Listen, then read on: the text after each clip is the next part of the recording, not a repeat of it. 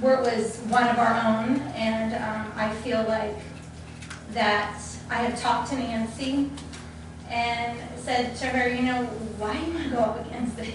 Because this is tough. This is a tough town in that way. And I'm like, you could, you know, just put it up the street or on the side, whatever, and it's like, it's the dog. It's the continuation. It's part of that little restaurant that they started. And I will say that we have made those decisions. The council has made those decisions to weigh everything. So I would like you to really weigh everything on what this is and all the recommendations. I also will say this personally, for being a resident here, I get emotional because the Yellow Dog, I bring lots of people into town and they come and they always want to come back. We feel like it's our little hometown restaurant, and we've spent many wonderful times there. And I will say this, I had my daughters, or we had our daughters' rehearsal dinner there. We've had many events there, and we do have a place now in Malabar, which is the old schoolhouse, that has parking and things and weddings. I know what they are planning to do with that little area, and it's part of the Yellow Dog. It's not a hotel and this is that and whatever. That's how I see it. And I also have to address a few things too when we talk about the view. I remember I moved here in 1988, like you couldn't see the river. I remember hurricanes taking down all that. And all the clearing went, wow, look at this view. Nature has a way of taking care of things as well, and I'm a firm believer in nature taking care of, as well as them being good stewards of the land. So I'm for the, you know, giving them a chance. Oh, I know that they're going to have to meet every site plan to build a building and everything. And I know other, I know one that's done very successfully here in town, and they deserve the chance, and I think they do. So, thank you.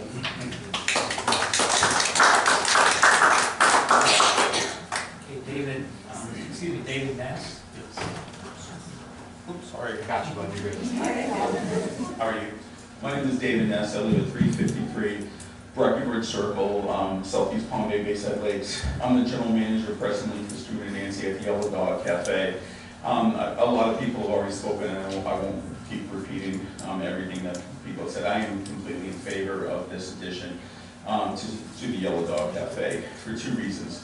When you come around the corner of US 1, the site of the Yellow Dog Cafe, I believe, fits into what Malabar is all about. I don't want to live in Fort Lauderdale. I don't want to live in Miami. That's why I live in Clark County since 1989. But I think the Yellow Dog Cafe, that little tiny white building on the side of the river, fits perfectly into what your beautiful town of Malabar is, and I do believe it is what it is. I think this little addition to their business is only going to be a compliment to what they've already done. That's number one. And number two, I have to speak about economics.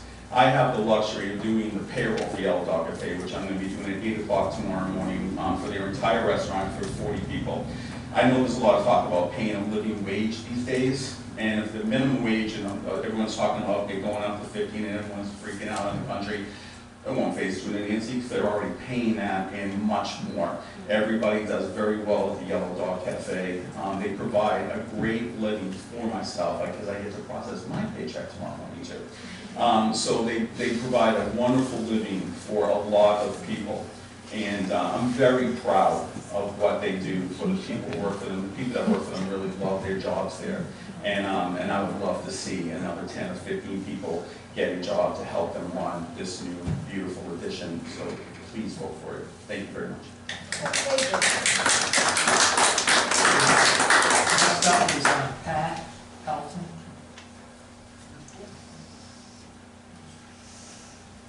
Hello, my name is Pat Dalton. I live at 4265 Lakemont Road in Melbourne, and I've lived in Melbourne and Palm Bay my whole life. And this is tough. Come up behind all these guys, and everything that I want to talk about has already been brought up. So I just want to explain, in my opinion, that I believe that Nancy and Stu are a class act. The restaurant's a class act, and I believe anything they build will be very classy and will add to the beauty of Malabar. And I support the move. Thank you. Okay, next up is Jason Stokes.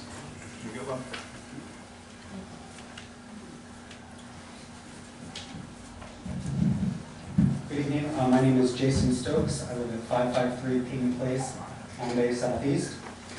I have had the opportunity to work for Stuart and Nancy Borden almost 6 years in total. One thing that I would just kind of like to start off by saying is that until Mr. Tello brought it up, I never really realized, because I always drove to Malabar for work, that residents have to leave to go and purchase the money that they work for, because there's so limited business to actually purchase items that they need, restaurants, lodging, retail, in the Malabar area. Driving here today from 95, I realized how many large parcels there were just on Malabar Road for sale. And the only new construction that I can remember seeing, at least in the last couple of years, is a church, and I honestly can't believe that that provides the town with much needed revenue. So on a character note, I would like to say thank you, members of the council. I have had the opportunity to work for Mr. and Mrs. Borden for almost 6 years, and have only witnessed them to be stewards of the community. During my nearly 6 years employed by them, they demonstrated care, concern, and compassion for the community that the Yellow Dog Cafe serves. They have built an amazing reputation in the community and are truly living the entrepreneurial American dream. As growth comes to this area full speed ahead, it is with my sincere hope that you approve the request to build an eco-friendly 4-room boutique hotel. The Borden's track record of success in the area should be more than enough of a reason, but their reputation of character should leave none to give a reason to decline the request. They are active in the community, kind in heart, and have done everything in their power to build and improve a small parcel of land on US 1 in Malabar over the past 22 years.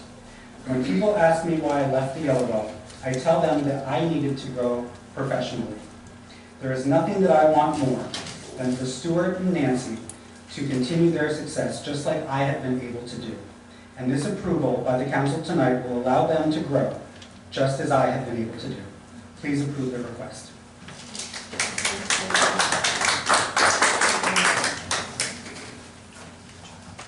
Two more to go. David Otto. This was turned out to be I'm Dave Bondo. I live in Indian Harbor Beach. I serve as a volunteer on the board of the Marine Resources Council. I'm here to defend the Indian River Lagoon. For 35 years, the Marine Resources Council has been a proactive advocate of the Indian River Lagoon, and we have to stay by our principles. We are concerned about the future health, long-term health of the lagoon, because of all the development that's going on and all the requests for change in zoning is being done in most cases, and I speak as a witness, without considering their impact on the lagoon. This is exactly what got us where we are today, is that kind of decision making. Now, I want to congratulate Malabar. We're proud. Your designation of coastal preserve of that strip of land was beyond wise. It was brilliant. And you're recognized by the Florida Blueway Project. That's a project of Florida Forever and Fish and Wildlife in partnership in regard with our EELS program to acquire a wildlife corridor during the entire length of the lagoon on the west bank of the lagoon. Up in Volusia, where the lagoon starts, it's pretty much complete. But the project is to acquire a solid line of conservation area on the bank of the lagoon, the entire west bank of the lagoon. You are on an aquatic preserve. In fact, it's named after you. It is the Malabar Vero Beach Aquatic Preserve. Of course, the waters in that preserve are impaired just like the rest of the lagoon. And if we don't do something about changing the way we're doing development, the future of it looks just as dim as the present. Because they say the lagoon program is trying to repair and correct the result of bad decisions made for 50 years. Decisions of this kind made without regard to their impact on the lagoon. I'll say one word. This is hard for us, and we don't take this lightly. But to make this change, a small change, a small piece, I understand there's some 80-some parcels on that strip zone coastal preserve. You open that door and you make this change. We're very concerned about changes made in the coastal areas and especially to the water's edge. If you make this change, you open the door and you can't refuse the next. Precedence is the basis of our law and our justice. So it's a disastrous thing to do. We are especially concerned about changes to conservation areas. We have so few and they're so endangered that we must protect them. There is a way to develop that does not harm the lagoon. It's called low impact development. We are urging all our community leaders to take a good, strong look at low impact development. It's not new, it's a mature concept. Many large communities have adopted it, and its objective is to keep the stormwater on the site. No runoff from that site. It requires changes to our approach to site design and execution. But the actions to accomplish this are quite simple and cost effective. Swales, rain gardens, roof runoff channeled to those storage areas so the water can store and percolate to the aquifer, which is also endangered, and not run off. The important thing, it will not run off to the lagoon. Every case study I've looked at, it has even been a less costly affair for the developer because he doesn't have to build this infrastructure for stormwater management. In many cases, he's able to increase his density because he doesn't have to put a retention pond. We're coming to you and asking these two things. One is look at LID. It's very easy to accomplish. And I read your comprehensive plan and your codes, and you have a lot of it in there. You have 30 seconds. Well, that's it. LID we think is the future of development in Florida, and we know that the lagoon demands it. Thank you. Next up is Barry Etchenberg.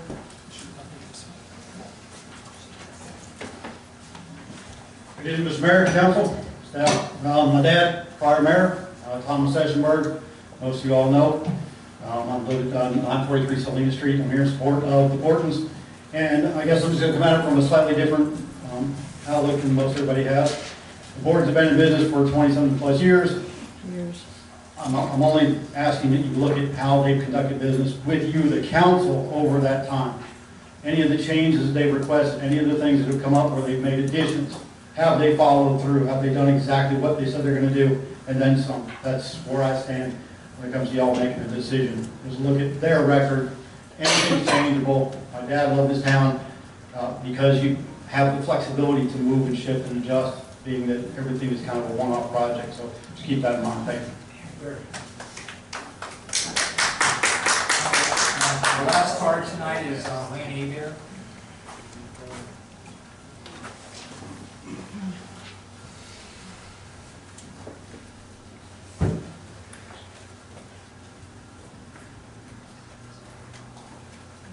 Good evening. My comments tonight as a resident of Malibu. What's your address? We need 2530 Rocky Point Road. Sorry, I know better now. My comments tonight are as a resident of Malabar, not as chairman of the Planning and Zoning Board. Many people tonight who are friends of the Bordens spoke well of their restaurant and their personal contributions to the town of Malabar. This is nice. However, what is being decided tonight is not a Citizen of the Year award. It is about rezoning a small parcel of land on the Indian River Lagoon from one of the most protected categories of zoning, coastal preservation, to commercial general. I hope each council member tonight makes his decision based on comments from Malabar residents, not residents of Palm Bay or Melbourne. In my opinion, unless you live in Malabar, you don't have any skin in the game. And my final comment, I kept track of, not the outsiders, the people in Melbourne. And it was 9 against and 6 for. Thank you.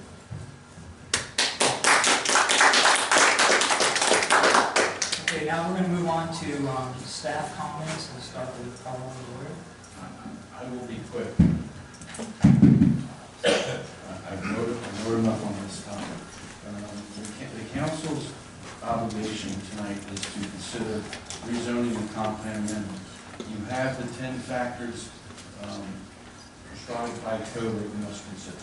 All right, we heard a lot of extraneous comments about character and probably about matters that can be addressed through the site planning process if this goes forward. So, those should not be considered. You have 10 factors that are outlined, and we need to determine if the applicant has met their burden of persuasion with respect to those 10 factors. Okay? The ultimate decision is upon you, and as I said before, this is a quasi-legislative action, which means that your decision is based on a fairly debatable standard, which is different than in a quasi-judicial proceeding, which is substantial competent evidence. So, it's a very low test, to say the least. I mean, if there's any evidence that's fairly debatable in the record that supports the council's decision, the courts will hold it. That's all I have. We'll move on to Todd. Good evening. Thank you, members of council. Mr. Mayor, just as a quick update, obviously you have my staff report. We want to walk through just some of the general basics because this is often one that does seem to constantly come up as it relates to the fact that we're here for a zoning question. You have both a land use decision and you have a zoning decision. You have two matters that are before you. The land use, we talk about that being your long-range plan. That's something that's going to be for your future. That's how you want things to look in the future. The zoning is what you're actually able to do today. That's where you are in place today. When we talk about zoning, you have the commercial general request. As much as you may have heard about the applicant tonight, and as much as you may like or dislike the applicant, the trouble with any zoning matter is that we're not here for a site plan. There was no site plan presented. There was no use that was technically presented, even if you've heard about it. The matter that you have is whether or not you would believe it's in the best interest of the general welfare and safety of the community to have a commercial general district in place. It's not about whether or not there's a particular use. In fact, the way it works with zoning is you actually have to look at the zoning ordinance and see in the commercial general district, what are the uses that are allowed? And from that, you're actually able to see all the various uses that could go into that site. And it's one that obviously an applicant may come in and provide for a concept for you that you may look at. But this is not a PUD, this is not a plan unit development concept. As a result, what we call strict zoning, straight zoning, means that any of the uses that are allowed would be something that could go perhaps on that site. The burden of proof obviously becomes the applicants, whether or not they can meet the standards and provide for those on that. So for this particular request, there were a couple of comments that were made, and I wanted just to clarify some of those. In any zoning district, you have permitted uses and you have conditional uses. Permitted uses are uses that, just as the word says, would be allowed based upon what the ordinance provides for. It means they have to provide you with a site plan, but you can't deny the use. It's not a conditional request, it's a strict permitted use. A hotel and motel, actually in the CG district, is a permitted use. So it doesn't require conditional use approval, it is allowed as a use by right. If it were a bed and breakfast, that's actually a conditional use. So interestingly, the bed and breakfast would be a conditional use. So if they decided to go for that route, you would actually be dealing with a conditional use, which means you get to attach conditions to the approval as you go through that particular request. So I want to make a little bit of that clarification because sometimes things get lost in translation when it comes to that. And the bed and breakfast concept that your ordinance provides for does provide for a limited number of units, that would be 4 or 5 and under. So that's what's allowed in your bed and breakfast, and that is a conditional use. But if it's a hotel, it's a permitted use, and so there would not be a conditional use with that.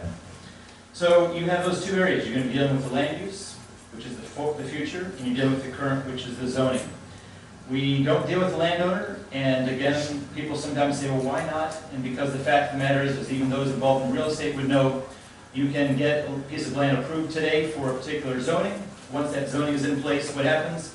No matter who the owner is, it stays with the land.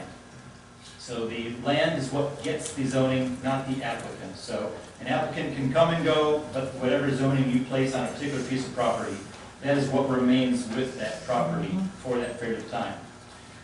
In our report, we went through your ordinance. We looked at a lot of various factors, and from that, we provided you with a staff report. That staff report did mention, as was detailed by several individuals as well as by your attorney, there are 10 factors that your ordinance provides for that you're to consider. I'm not going to go into each of those, but you will look at each of those in the report, and you get to make the determination based upon the conditions that your attorney laid out. And from that, you look through that. We also provide in any zoning situation what we call the 3 C's, the consistency, the compatibility, and the capability. So those 3 things are what we look at and consider for this. This, for a CG zoning, I want to stay on this particular topic. What does that mean? A CG zoning district means that if you put that in place, it's supposed to have a minimum of 20,000 square feet. And then within that, there would be setbacks that would be required.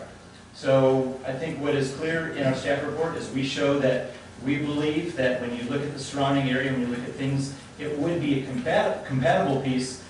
The burden of proof would really come upon the applicant, though, again, to look at whether or not they could meet setback requirements, meet other things, which at this point, they're already in a negative factor when it comes to setbacks.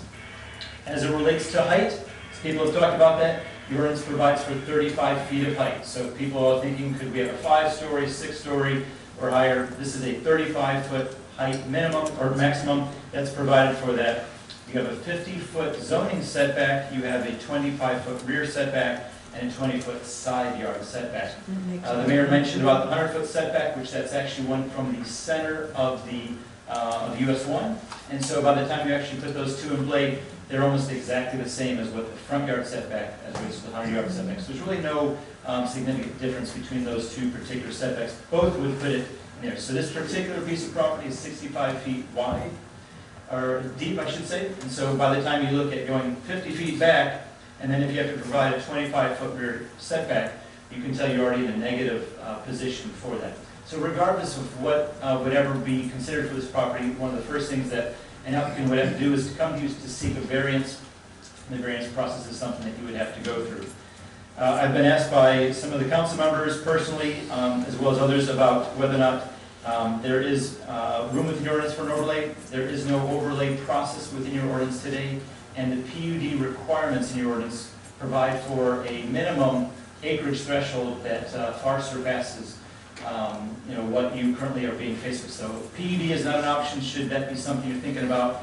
An overlay is not a current option. It allows for the flexibility that you may desire. The comment even about low impact development, all those things could be conditions you put into an overlay, but that is not something that is in place today, so it's not a part of a consideration that you could consider without amending your actual ordinance.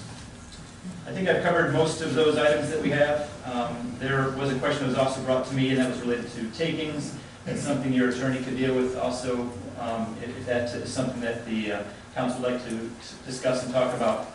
But the area, again, of a taking is something where some people say you're taking away the right of my ability to be able to utilize land. And I think, again, the big question that comes into play, and your attorney can get into this in more depth, is that with a piece of property, when you have it, there is a certain assumption that you can utilize the land for an intended purpose. And so if somebody owns a piece of property, you would look at what that intended purpose would be, and from a taking standpoint, if the government were to come along and to take away that use, you could then get into some of the legal challenges that come along. In this particular case, if the land was already purchased as CB, if the land was in that low impact category, and if somebody said, well, hey, you're taking away the use of my land by not allowing me to change it, you get into that whole aspect of what was that intended use when the land was purchased and looked at, and there are a lot of other ramifications that go into it. So if you decide you're going to have your attorney go into that, and I don't want to go into that any further. I think that really covers those major areas. If there are any questions, we'd be glad to answer those at this time. Yeah, I have a question. You mentioned height, and the maximum height there is 35 feet. What's that? 35 feet. So it actually. And what is the datum? So it goes from what your actual ground elevation is up to the highest point of the building. Your ordinance provides for what we call mechanical appearances, which means that should somebody have a chimney, should somebody have a stack pipe, some of those types of things, they're not included within that definition, but it would include the highest point if you had a parapet wall, if you had certain peaks. So those are the elements that. But in this case, would it be from this lower elevation riverfront, or would it be from the highway, Dave? Great, I'm glad you're actually asking that. So under your zoning ordinance, under Article 20, language and definitions, it's interesting you asked this because obviously this wasn't something you would ask. Let me just read it for you clearly here. This is under your definitions section. So you have building height, which is the vertical dimension measured from the finished grade at the building line to the highest point of the structure, including any and all decorative and safety structures, unless exempted under section 1-5.1 of land development, and 1-5.1 is the section that talks about those chimneys and things that I just mentioned to you. Thank you. Oh, I heard Liz bring up the part about, and this was the first I heard about it last night, about the lot size not meeting the minimum for CG. How do we address such a thing? Good question. Again, similar to what you dealt with recently when it came with your motorsports request. In any of these situations, what would be required is that you're doing something with the unity of title, where you're combining pieces together. It doesn't mean that you can't develop a piece of property just because it doesn't have a certain size. What it means is that collectively as a whole, you need to look at something such as you did with motorsports. You had 3 total lots that were being considered. Those lots in our particular requirement, or as part of our conditions, stated that those 3 lots through a unity of title process, which is a simple joining process. It's not, you're not changing the title. All you're doing is doing a unity of title. So in layman's terms, because I'm layman. Sure, let me break that down. They're going to take the property that the Yellow Dog Cafe is already on, Correct. and it's going to be combined with this property to meet the minimum standard. Correct. Okay. Yes, Councilman. These type of questions, once the zoning has been established, and the next step would be site plan approval. And these questions about height and how much land can be, it's part of the site plan approval, am I right? You're correct, Councilman. So what would actually happen is that tonight your action is based upon the land use first. That's the first question. Second is the zoning. Do those 2 items. After that, the applicant would then have the opportunity to go back and develop a site plan to meet all the requirements of your ordinance, to look at where they perhaps would need variances, and then they would have to come and present and go through the variance process as well as the site plan review process. Those would obviously all be much future items that would come along, and that's something that you would deal with, building height and those items at that time. Any other questions? Thank you. Thank you. Move on to our town engineer Morris. No additional comments. Thank you. All right. I'll move on to our planning and zoning chairman, Wayne Avery.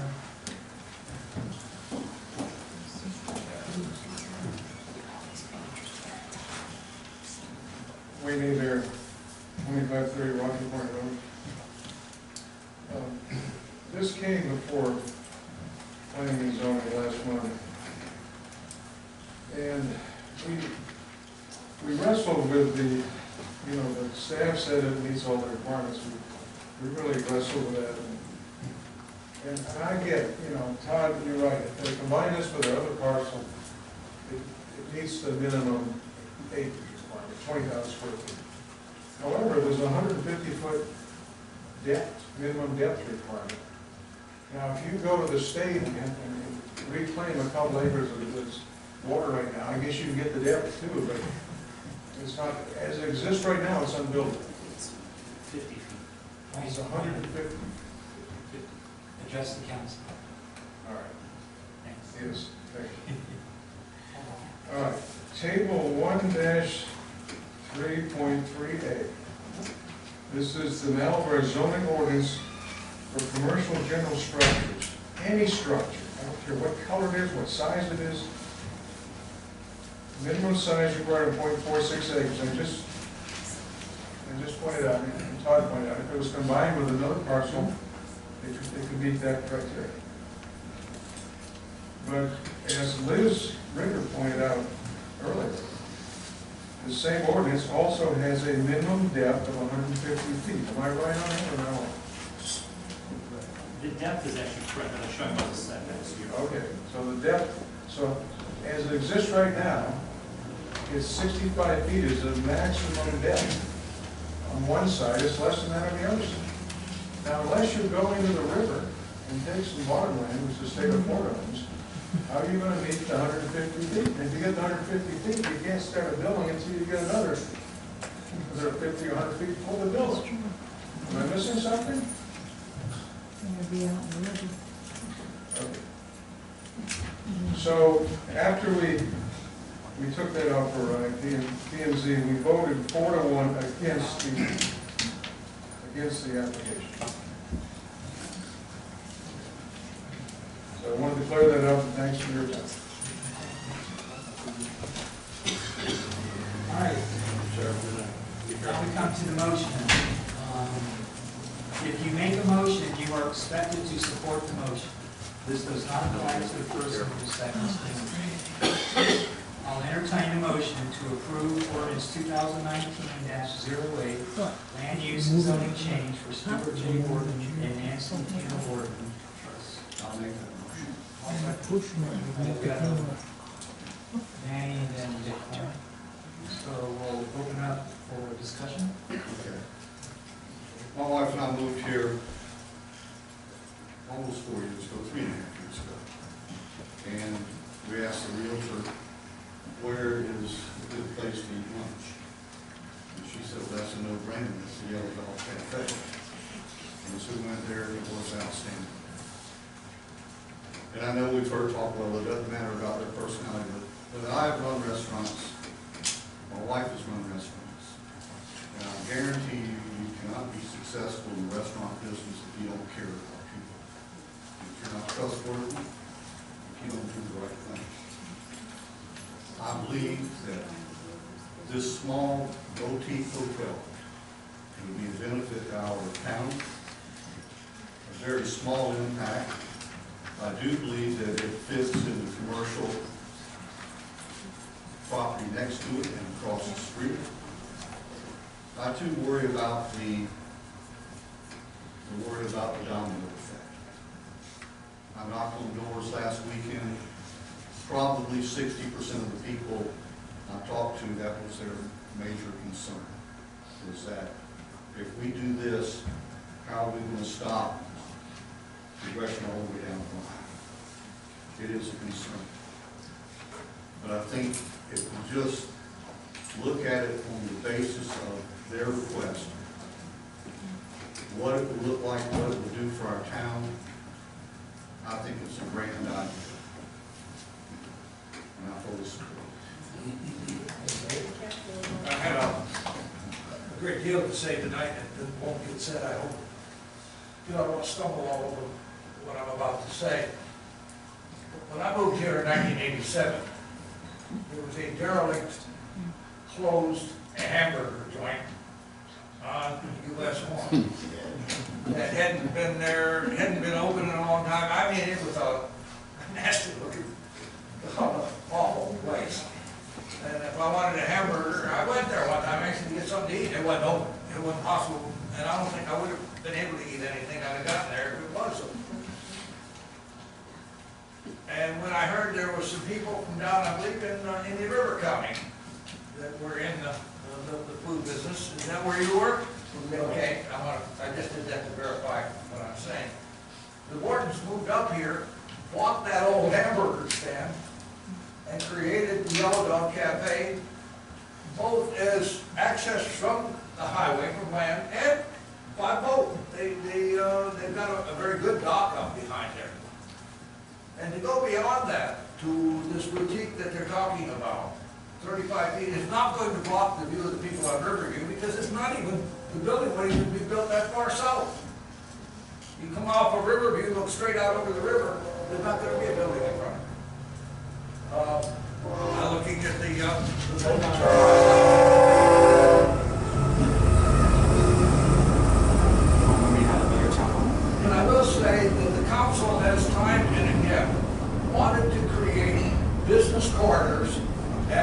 Street, Malabar Road, and US 1. This is part of that, whether we approve this thing and the boutique never gets built with something else, we will still have a business corridor on US 1, like we have, like the next building north of them, right adjacent to the Yellow Dog Cafe is a 4-unit apartment house.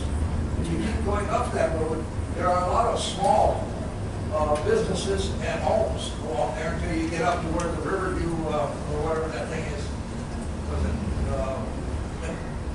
monstrous big apartment buildings. But if you go down south, now one of my favorite places to eat until recently, sorry Mel, was the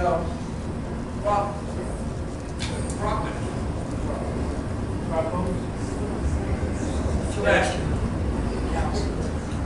I'm making sure I'm saying the right thing. Okay, and it's built out over the water. Squidlets, yeah, the Squidlets restaurant. In fact, some of you may remember Tom and Lauren Sheffield. When their daughter was one little rock, we had a bye-bye party for her at Squidlets. And wore a Squidlets t-shirt to take to the rock.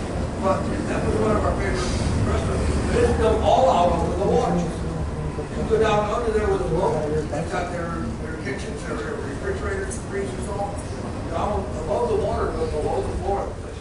So it can be built out over the water and get the depth requirements met. So I would say what they've done in that business, whether Stuart and Nancy are good people or not, I don't know, former councilman, I can't say with that's not what we're talking about here. We're talking about, do we want a business corridor and do we want some businesses in this town so we can, as was alluded to by, I think, George, we got to have the funds coming into this town, into our coffers, so that we can do those things for the people of Malabar that justify us being a municipality. Because there are things we're not right now able to afford to do. And if we build a strong business community, like we do not have now, Terry does have, Sebastian does have, we don't, but we can work towards it. Okay, there's no doubt in my mind that Stuart and Nancy have built a great restaurant on the road. We have heard, unfortunately tonight, we have heard from like 17 people in support of Stuart and Nancy. None of them to support what's being done, but all of them to support Stuart and Nancy. I support Stuart and Nancy. I lived in a neighborhood where neighbors.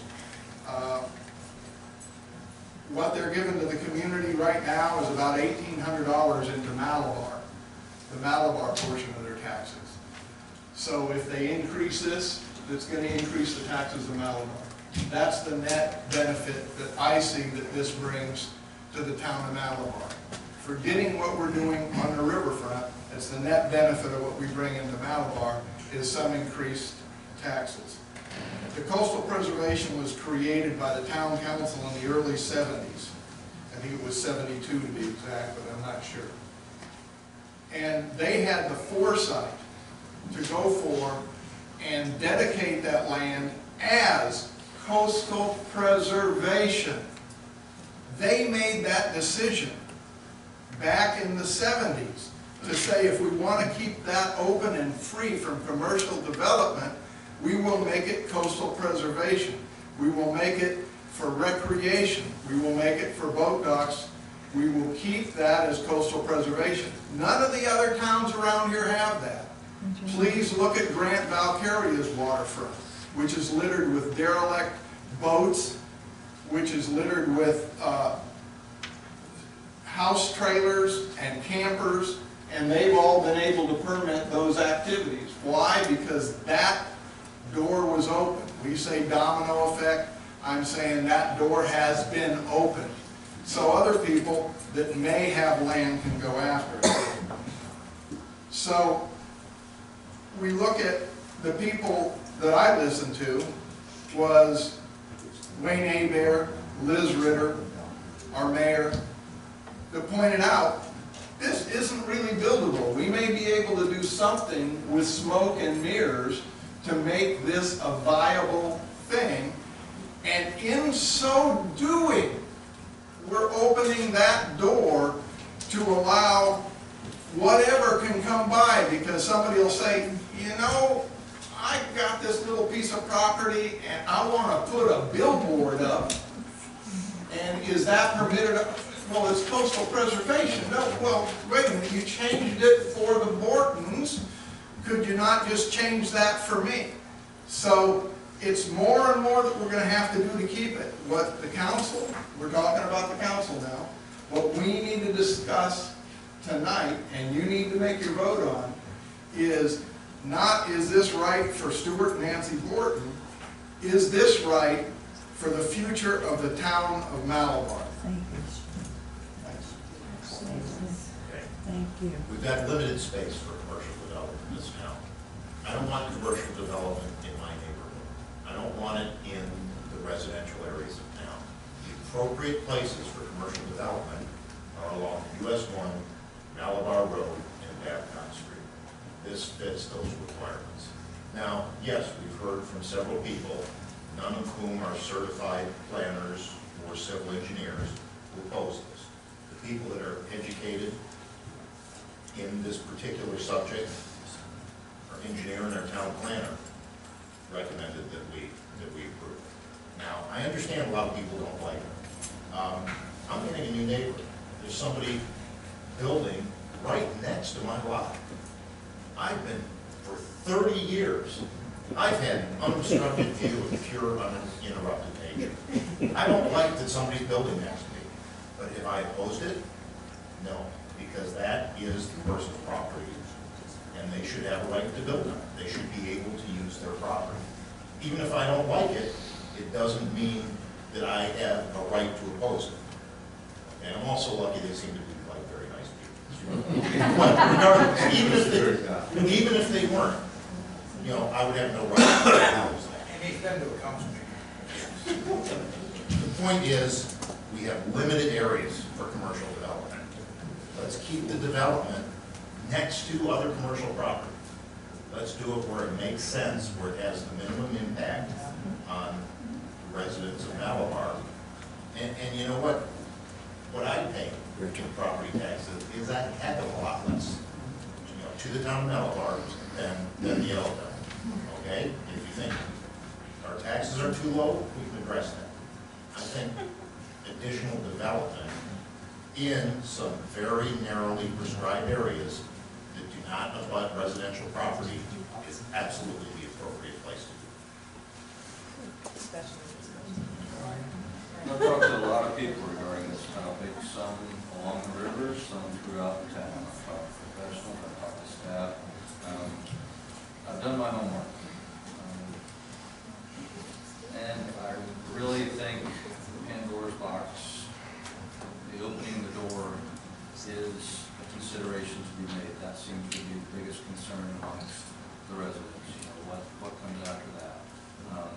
So basically, the coastal preserve element was intended, you know, as recreation, as, you know, preserve the shoreline, and it also was created to protect property and persons from windstorms, high tides, so on and so forth. There was a lot of effort put into this by previous councils and boards, and I'm sure there was public input.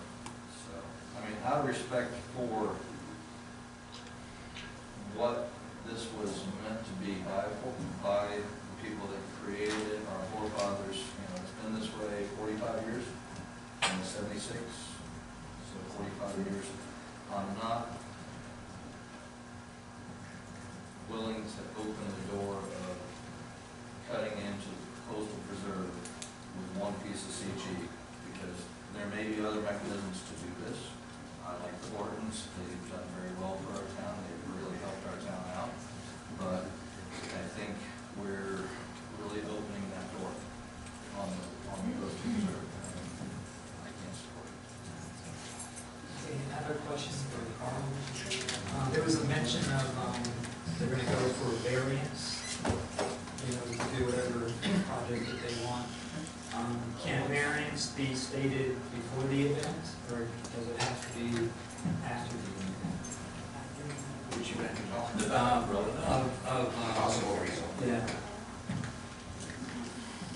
The variance is gonna have to come after, okay, because, I mean, So you build first, and then you get the no, variance? no. You come in before Rezone, variance? it comes after the rezoning is done.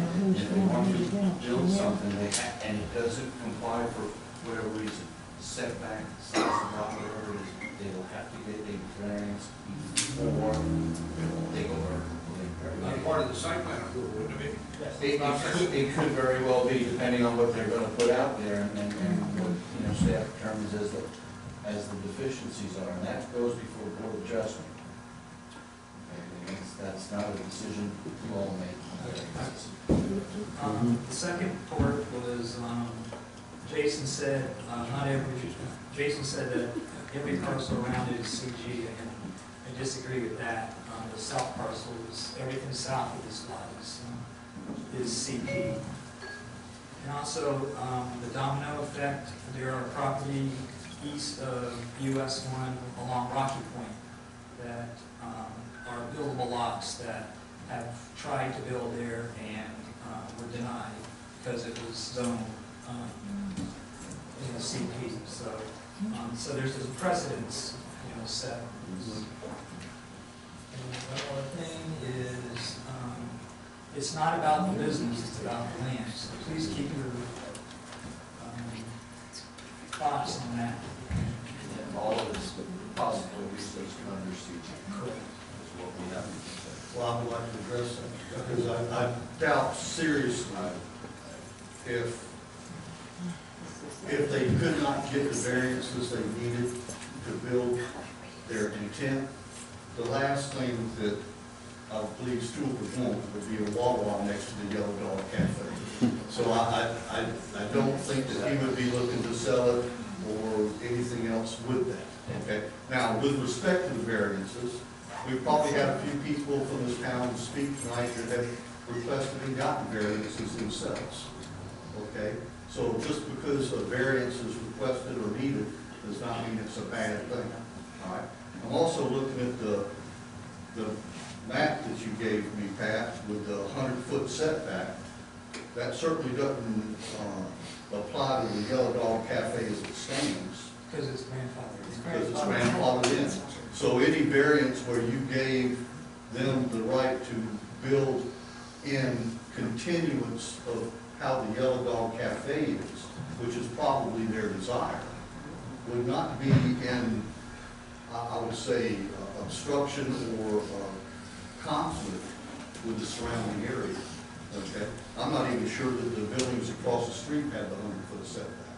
They may, I don't know. Okay, so that would probably be one of the first variances they request. My point was strictly the lot presently, in its present condition, which I stated, does not, there's no buildable land on the property. That was my point. Now, if they, combine them, that's a different situation. But I'm looking at the parcel by itself. Yes, but they're not going to do that. Well, you don't know. It's. Well, I'm sorry, I read the text and it said it was I dependent upon understand, unity. but like I said, they can sell it tomorrow, and it won't be their property. The thing is, if we grant this, and they try for variance, and that process shoots it down, they can't do what they wanted to do anyway, possibly, we still open that door to other pieces of property going after other variances to do other things on what our grandfathers in this town has quoted as coastal preservation. And that's what I'm having a big problem with the coastal preservation thing. And I think that we should make the decision in your mind when you make this vote to open up all of that to the upland owners' zoning. So then anybody could build within that. We should reconvene after this and change it to let's do away with all of that and make that all the upland owners' zoning, not coastal preservation. But I think the forefathers that set this out were brilliant in doing that. That's my. My wife and I talked about that. She built a house here in 1970. Had been coming out here since she was in high school in the 60s. And the town is not the same as it was in the 60s and 70s. And the needs of the town. Now, this council has been very clear that we want a business district on the three major corridors. And this is part of doing that. No matter what business goes there, we need to zone this so that businesses can be there. And the site plan process addresses a specific business as it's applied. But we're not doing that tonight. We're talking strictly zoning tonight. We're not talking about the uplands or the west side of US 1 at all. We're talking about east of US 1 and just strictly zoning. And that's why I seconded the motion, because I think we need to do that so that we can continue to develop our business community. Any other discussion? All right, we'll do a roll call vote. Councilmember Paul? Since there may be the appearance of a possible conflict of interest, I must recuse myself from this vote. Councilmember Vale? Nay. Councilmember Ribbit? Aye. Councilmember Corn? Aye. Councilmember White? Aye. Motion carried 3-1.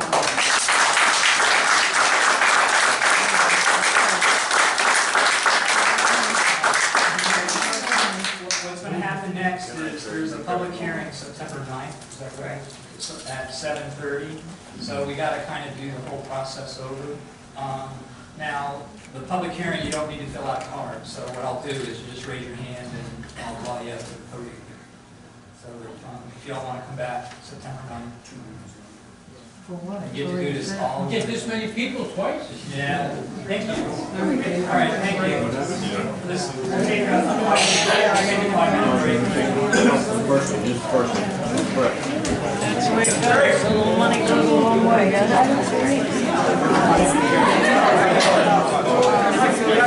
No, you can't read my shirt. My wardrobe, right? Race back cover. Right there is the antenna.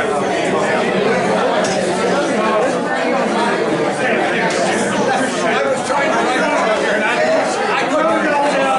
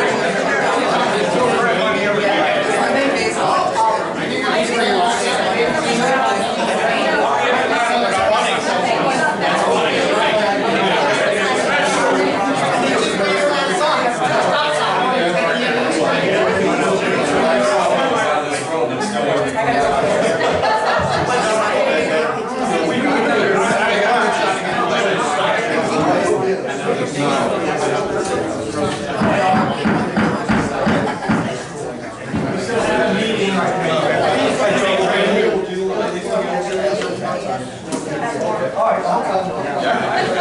Good to see you. I got to get down. Always like to hug you. We gotta get together.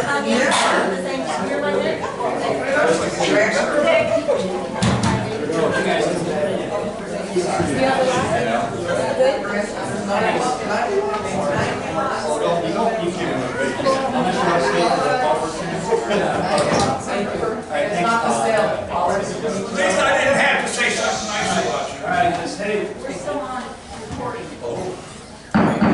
Next day, we will resume. So we're up to miscellaneous, qualifying, and all our candidates for District 4 and 5 in November 2019. Any discussion? All in favor? Aye.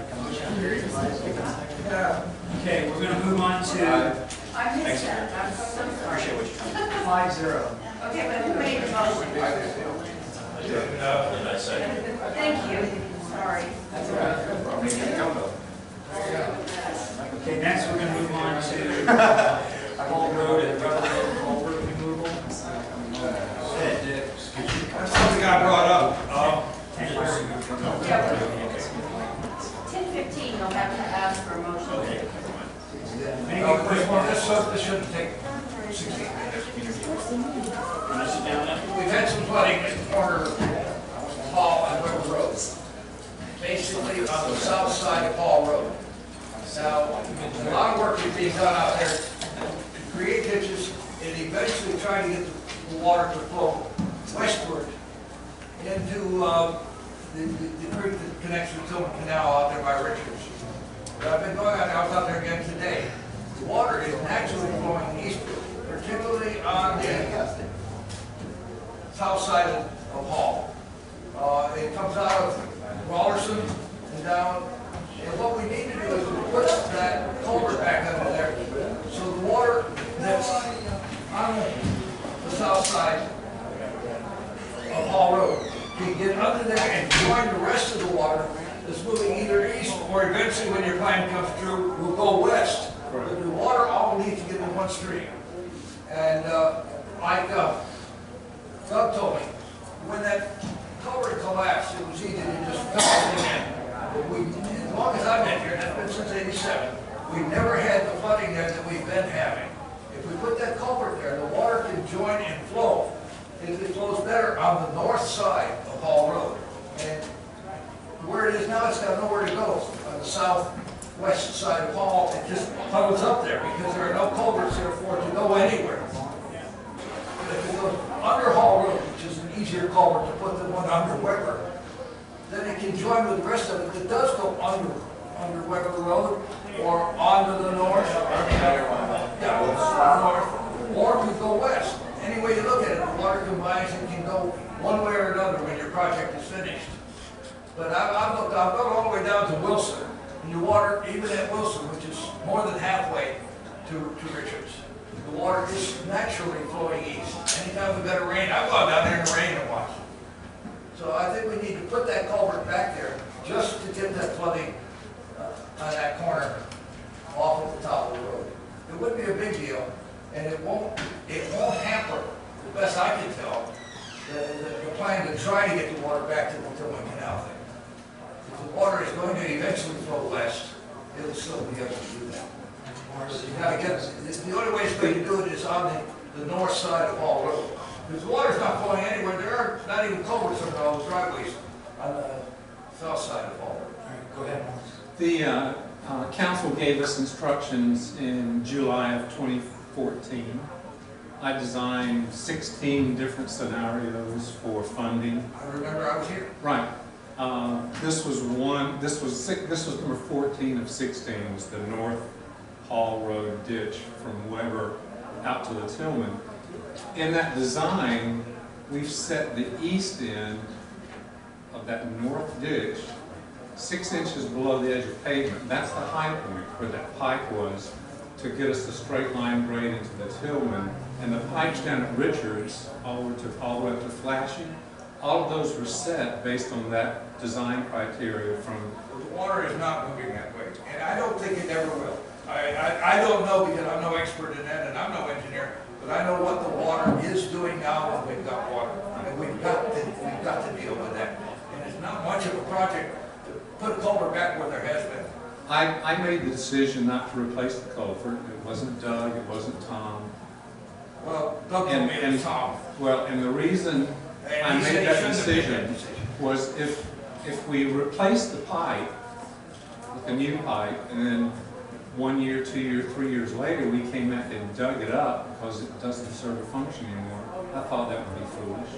Well, we can leave it there, it's not going to hurt anything, and the fact is, I got people out there that are up in arms right now, because when that water comes up over the road, they are screaming at me. The north side ditch would actually be filled completely in where the culvert pipe would intersect the north side of the river.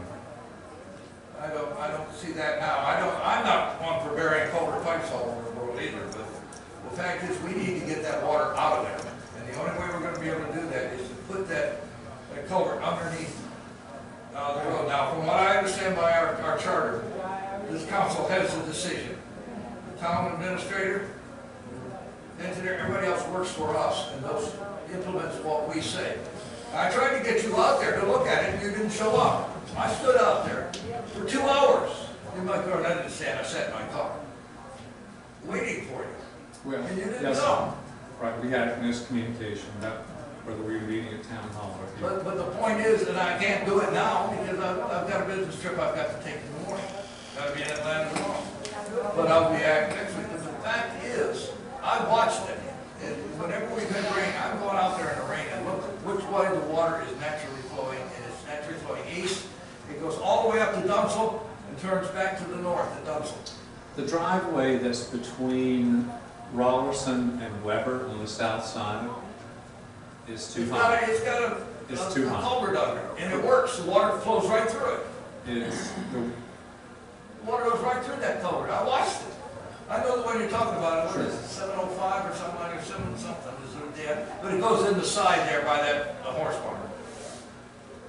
Is it the I studied this thing awfully carefully. Is it the direction of council you want staff to relook at this? I want the culvert to come back, period. That's my answer. No. Okay.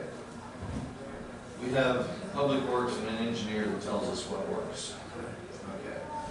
The project was started, very controversial, but it works. The project was not completed to make the connection to Weber Road. It was to connect to Weber Road, both the south side and the north side of Hall. And that connection was to be made. So the question is, how soon is the connection going to be made? Yes, the culvert would alleviate some of the flooding from that side. Or let me finish. I'll use your tone. Do we spend the money, which is going to be roughly $5 grand, $6 grand, is what it's going to involve in material and labor? It's the only way we're going to get the water. I have more, sir. Well, my question to the staff is, do we have the capability to rectify the situation by completing the rest of the project or a portion of the project to alleviate the south side flooding? Do we have the capability to do that? And would the $6,000 spent towards that completion be money better spent than putting in a culvert to alleviate what is really a temporary issue until the rest of the connection is made, in my opinion? And that's based on staff's input on this topic as well. I thought that we were contemplating putting a culvert underneath Wallerson right there at Hall, so that that water, see right now y'all have it flowing southbound on the east side of Wallerson, crossing under, I guess, somewhere further down. About midway. To get back. Correct. And to the west side. my question would be, would a culvert crossing Rollerson right there on the Hall, on the south side of Hall, Correct. expedite that drainage, would it make enough of a difference to keep it from overflowing there at Hall and Weber? And it seems to me that it would be much cheaper to put a culvert on what's already a demonstrably narrow road and gravel at that, rather than on Hall that's paved and wide. Correct. But would it answer the problem? The only issue or concern I have about that is the driveway that goes into that one parcel between Weber and Rollerson. I think that driveway culvert is set too high. But the water is flowing through that. And you go west of Rollerson. That water west of Rollerson, from up towards Wilson, but not all the way to Wilson, is flowing east. And it comes, and it stops when it gets to Rollerson. And then there's water coming from the, I get north and south backwards, south, along the west side of, no, the east side of Rollerson. That water comes out and turns and goes east along the side of, that side of Hall Road. All we need to do is mix all of this water together so that it can join with the other waters from along Weber and along Hall, so it all goes the same way in the same place. And that water is naturally moving east. Now, I have not seen any water anywhere along Hall flowing west when those ditches are full. It flows east. Okay, what's the pleasure, council?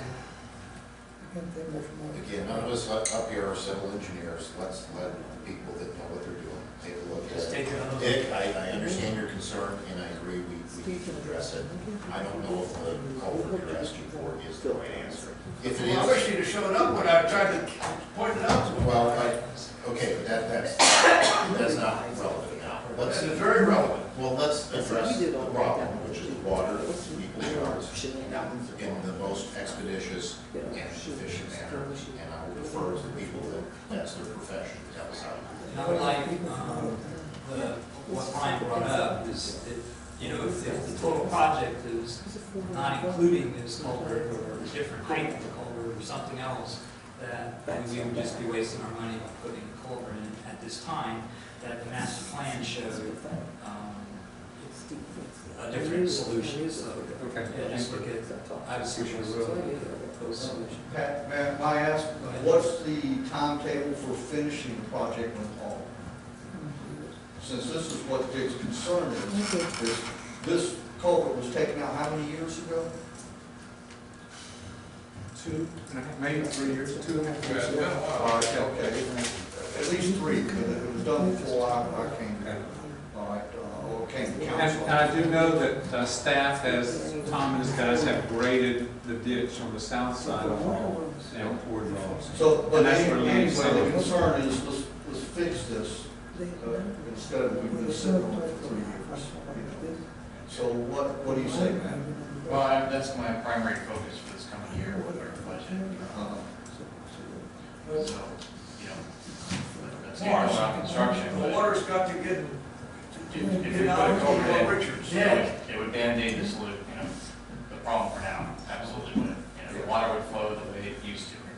But is that what we're going for, or are we trying to, finish our big projects? It's And gotta get that's, to that side of the road. we'll say $6,000 that I would not be able to use on that. Correct, that's what I want, we don't want to waste the money. Right. If it's not part of the master plan. Well, I'll tell the people out there that they don't matter. Okay. Go They ahead, don't. Brian has the floor. Okay. On the west side, on the north side, to go west to make the connection, how many culverts are currently necessary? 2? The north side of Hall, the new ditch, Weber to the city limits would be 8 culverts have to be replaced completely. On the Now, north side. on the north side, 1, 2, 4 of those have already been replaced, so now we're down to 4 culverts on the north side. So you're talking about, but getting it to Flashy Lake. Correct. Classic to Tillman. Correct. Which is, Wait, but that's for the water that's already on the north side of Hall Road. How do you get the water that's on the south side? which is where all the septic is. There is no way for that water to get there unless you put a culvert. The big ditch on the north side, just west of Cameron's driveway, is a dead zone until it stages up so high it can work its way through Cameron's property. He has 3 Well, locations. of course, that's on the He has 3 north locations on his side. property. The property that's on the south side, across from the Cameron property. There's no way for it to get over on the same side where the Cameron property is. The water won't just sit stagnant or stale at Cameron's driveway. It'll actually, all of that north side ditch will flow all the way to the Tillman. It'll pull the water out of Rollerson, which pulls water off the north side of the There's no way for pass. it, if you go back there and look, there's no way for that water coming out of Rollerson to get to that side. There's a culvert under Hall Road Just west of on the west side of Rollerson that goes over to the Well, that north wasn't side. functioning the other day then. Yes, sir, it was. Let staff look at it. And we got 2 minutes. All right, we'll go on to reports. Brian? I'm done. Steve? In order of brevity, Grant? I'm a pass. Danny? Well, I'm with Steve. Dick? I've said what I think is important and then you people don't, so it's And not my problem. so, without objection, meeting adjourned. The meeting is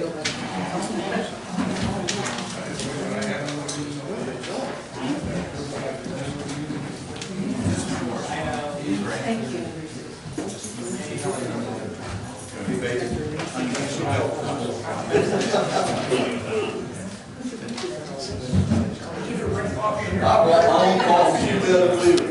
Can't get it.